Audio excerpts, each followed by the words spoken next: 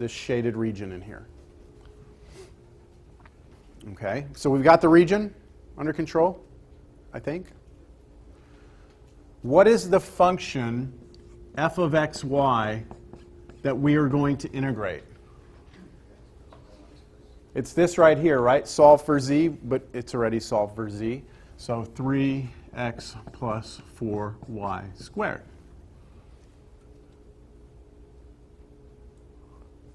I'm trying to do this double integral right now. I've already convinced myself that the region is better suited for polar than it is for Cartesian, so I need to convert this from this to polar. To do that, I have to evaluate the function instead of at x, at where?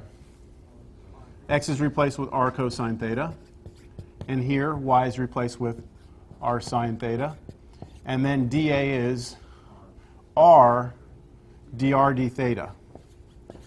Now, this does not matter. Right now it doesn't matter because what? This order doesn't matter why? They're both the theta and the r are both restricted between constants. And from the first time we talked about double integrals, if the two limits of integration are constants, the order of integration can be flipped. So I could put r dr d theta, or I could put r d theta dr, but then that would determine which numbers go here. Okay? No questions yet? Okay, let's go ahead now. Let's take the function. Let's replace all x's with r cosine theta. Let's replace all y's with r sine theta. And let's rewrite that right here in the double integral. So it'll be double integral. I'll leave it as r for now. Let x go in there, so it'll be 3 r cosine theta. Agreed? That's 3x plus 4 times r sine theta squared. So how about r squared sine squared theta?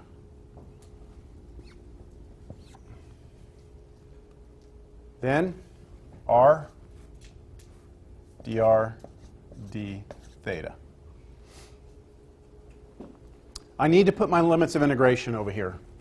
I probably should have done that already, but my order of integration, I'm going r is the inside, theta is the outside, so I should have what on the outside integral?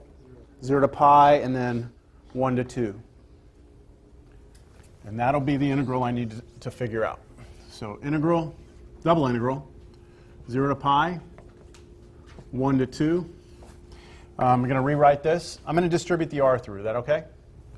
3r squared cosine theta plus 4r cubed sine squared theta dr d theta.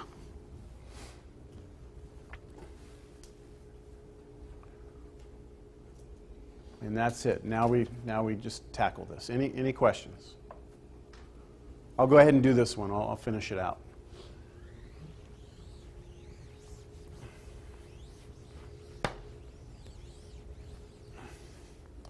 All right, let's first integrate with respect to r.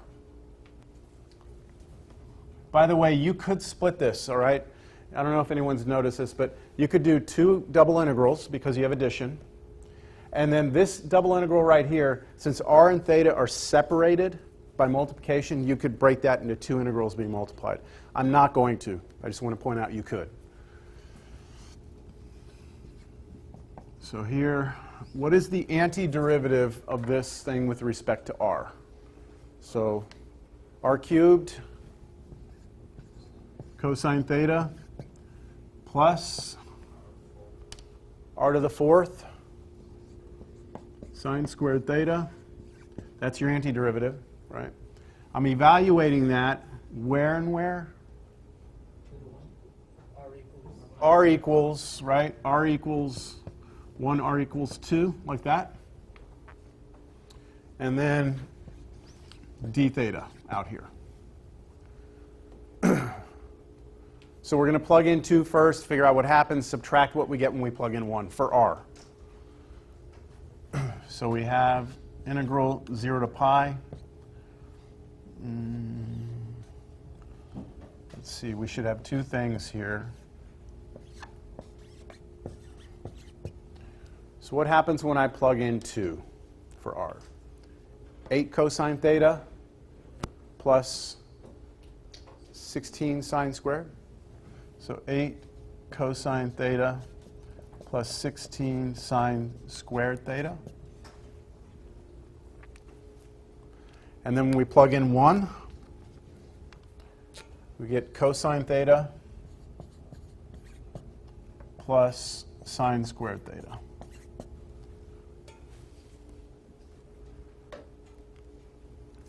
And now we can clean that up.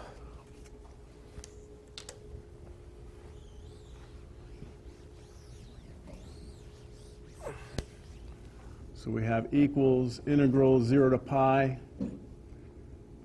How many cosine thetas do we have? 7 of them. 7 cosine thetas.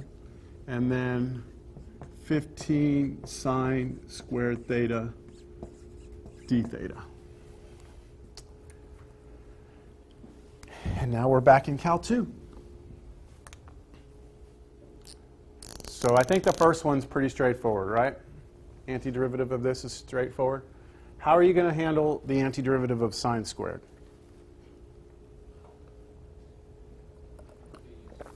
What's that? U sub? What would your u be? We're not doing that, right? That's done? We don't have to worry about that? No? Power reduction formula. Power reduction formula. Remember this formula? We had two of them. It was cosine squared theta equals 1/2 plus 1/2 cosine 2 theta. Then the other one was sine squared theta equals 1/2 minus 1/2 sine 2 theta. Those look familiar to you? Should have used those in Cal 2. So I'm going to use this one right here. Oh, wait, hold on. Oops. Sorry. Cosine. The only difference between the two formulas is a plus here and a minus here. All right, so before I do the integration on this one, I'm just going to rewrite the whole integral. And I have 7 cosine theta, and then plus 15 times this, but that is this, right? So distribute a 15 through here and here because it's two terms. So I should get 15 halves minus 15 halves cosine 2 theta d theta. Now each one of those should be pretty clean. No questions?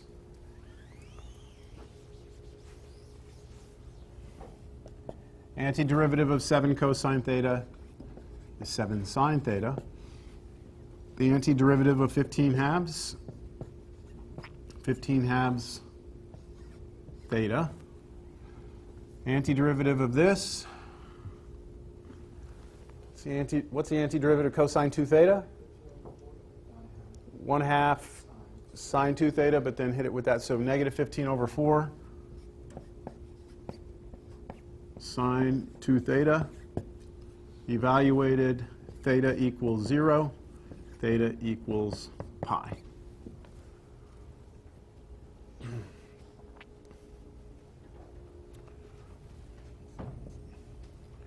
All right, let's plug pi in first. I think good things are going to happen here. Sine of pi is 0. Sine of 2 pi is 0. So that's all going to zero out, but we'll have 15 halves pi, won't we? So 15 halves pi minus, now let's plug in 0. And I think everything zeroes out here, right? Sine of 0, sine of 0 is still 0. 15 halves times 0 is 0. So that's it, right? 15 pi over 2. Yes? You remember how last class we did a type 2 region? Mm-hmm. Now we switched the inside and the outside bounds The inside and the outside bounds. on the double integral. We switch the inside and outside bounds. Yeah, that should be right. Uh-huh. I think I know what you're saying. Switching the order of integration? Yeah, that. So is that gonna happen ever with polar? Oh, you mean like, yeah, do you mean like we had an integral and then from the double integral we drew the region and then we switched it from type 1 to type 2? And then because we had like. we are not going to do that in polar. So this is always gonna be it. Well, we are going to do a type 1 region in polar, but we're not going to do a type 2 region. So we won't be able to switch from type 1 to type 2 because there won't be 2 to compare it to. Yeah. Okay?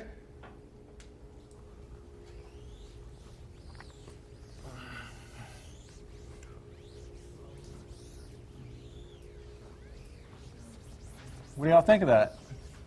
It's kind of neat, huh?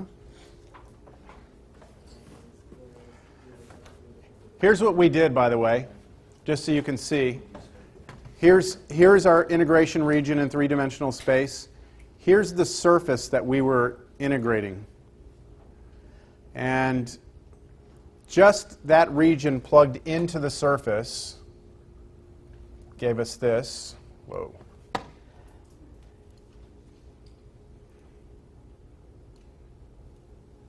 Okay.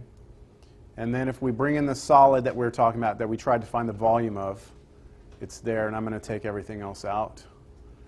So you can see that this solid that we found the volume of, part of it was above the xy plane, part of it was below.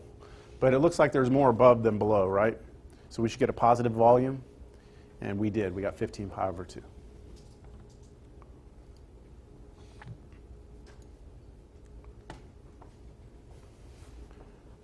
Find the volume bounded by the paraboloid z equals 4 minus x squared minus y squared and the xy plane. So this is a paraboloid. Paraboloids look like bowls, don't they? But this bowl actually opens the other way, and you can tell because you have negative coefficients in front of the x and the y variables. So if I were trying to get an idea of what this looked like three-dimensionally, right, if I'm trying to graph that in 3D, if x and y were both 0, my z would be what? 4? And then what about if y was 0 and x was 2? If y was 0 and x was 2, wouldn't I be 0? So if x is 2, y is 0, I'm here. If x is 0 and y is 2, I'm here also, right? My z would be 0. Now this extends backwards like this also. If I go 2 backwards, negative 2 on x, and y is 0, I'd be here. And if x is 0 and y is negative 2, I'd also be here. Do y'all see that? So here's your paraboloid. I mean, it comes down like this, goes in the back like that, comes over here like this, comes out like that. And what should it be on the ground? What should the shape be on the ground? A circle, right? And the way you know that is just let z be 0. If z is 0 here, right, you're forcing that thing down to the ground. And if I let z be 0, then that equation 4 minus x squared minus y squared must equal 0 is the same as 4 equals x squared plus y squared, which is a circle of radius 2. So this should be a circle on the ground, right? So y'all see that? I'm trying to find the volume, right, bounded by that paraboloid and the xy plane. So it's that object that I just drew there, right? So what is my region of integration? What's the floor that I'm integrating over? It's this circle, right? So I'm going to draw the region of integration over here. Right? It's that entire thing. And I could do that maybe as a type 1. It might be messy because circles aren't functions. But if I convert this to polar, I think I can handle that. what would my restrictions be? I have to find restrictions on both theta and r. 0 to 2 pi, right, would rotate me all the way around. And then my radius should go from 0 to 2.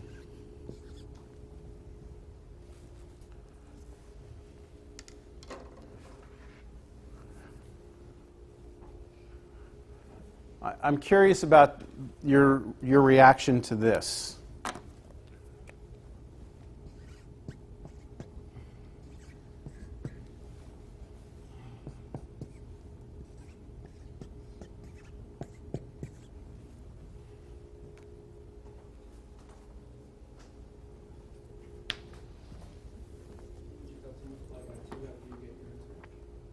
What's that? Well, what does the red draw? Does it draw half a circle? Let's talk about the black one first. The black one, I can point out any angle between 0 and 2 pi, right? So I point out here, and I can walk out anywhere between 0 and 2. So it's everything on that line segment. I rotate a little bit, do it again. All the way around, keep going, I draw the whole circle, right? That's what this says. What does this say? I'll use a red marker. This time, I face out between 0 and what? Only pi. But I'm allowed to walk out -2. So if I'm standing here and I walk out to the right 2 and backwards 2, I draw the entire x-axis, right? Right here? This little segment, not the entire thing. But now what if I rotate just a little bit? I'm going to get this part and this back part. And I do that, I come up all the way up here, I get this part and the part below. So I basically have shaded out so far this part, right? Just by rotating that much. And if I rotate another 90 degrees, I'm going to get this back part also. So there's actually multiple ways you could do this problem. You could, does that make sense? Normally we don't like our radius to be negative though, right? The radius is like how far out you walk, but there's nothing restricting us from making our r negative. Now normally we don't do that, but it can be done. I mean, you can still work it out the same way. All right, we've got our region. Okay, so the next thing we would need is we need to be able to define our function of x and y converted over to polar. So what is f of xy here? It's got 4 minus x squared minus y squared, right?